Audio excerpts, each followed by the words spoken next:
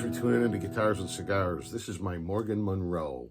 Burgundy in color, dark red, whatever you want to call it, with gold hardware.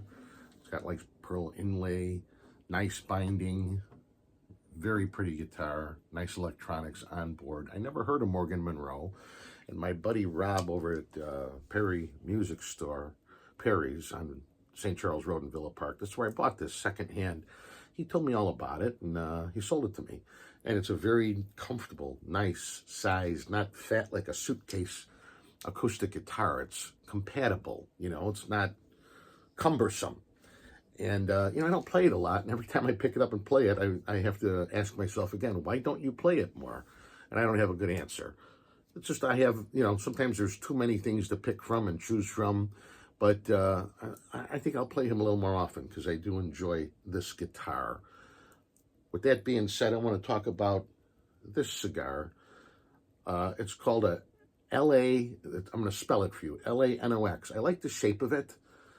Sometimes I find that when I buy cigars that don't have plastic wrap around them, I can run into a problem because I'm not a humidor guy where I store cigars in a box for a length of time. I buy them, I smoke them, I buy them, I smoke them, I buy them, I smoke them. You know what I mean? Or chew them.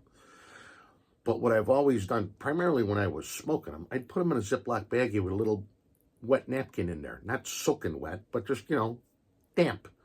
And if you got cigars that aren't wrapped in plastic, you can't do that. So I would try and stray away from cigars that were, let's say, unprotected, naked, whatever you want to call it. You can't do that with those to keep them nice and fresh. Here's another tip real quick. When you're looking at cigars, you go to the humidor, you go to your cigar shop, whatever, pinch this end a little bit. If it pops, it's dried out, it's dead. You know what I mean? If it cracks.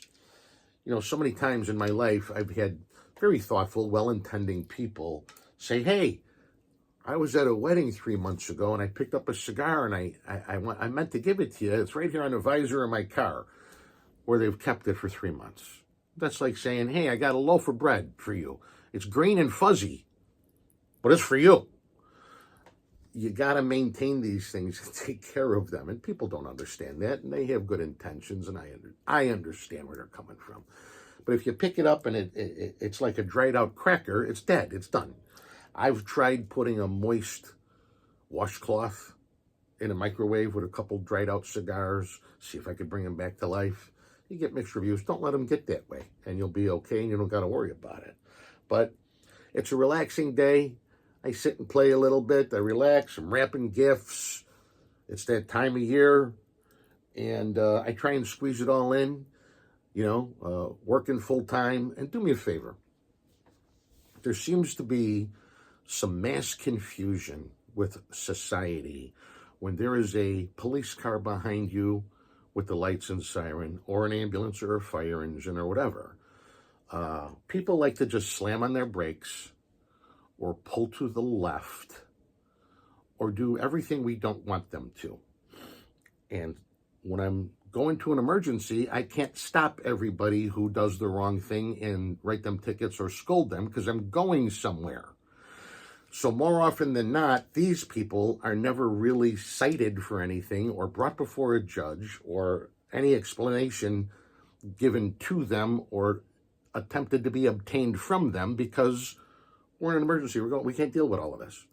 But every once in a while, if you stop a car and they pull to the wrong side, then you can try and educate them. And that's what it's about. Not, making people pay fines and stuff, but more often than not, when I ask people in these situations, what are you supposed to do when the police are behind you? They'll say, pull over. And I'll go, to the what? And they're lost. Or just stop. They don't know the answer. You understood this and had to answer this correctly to get your license. You pull to the right. Not just wherever you feel like. And not just stop right in front of us. And also, another tip. If you're involved in a fender bender accident, don't worry about moving your cars. Move them. So many people are like, I was always taught never to move your car. Wait for the police to get there. If you're in the middle of an intersection and your car's drivable and the other party's car's drivable, get together, take a picture of their plate, relocate, get out of the street.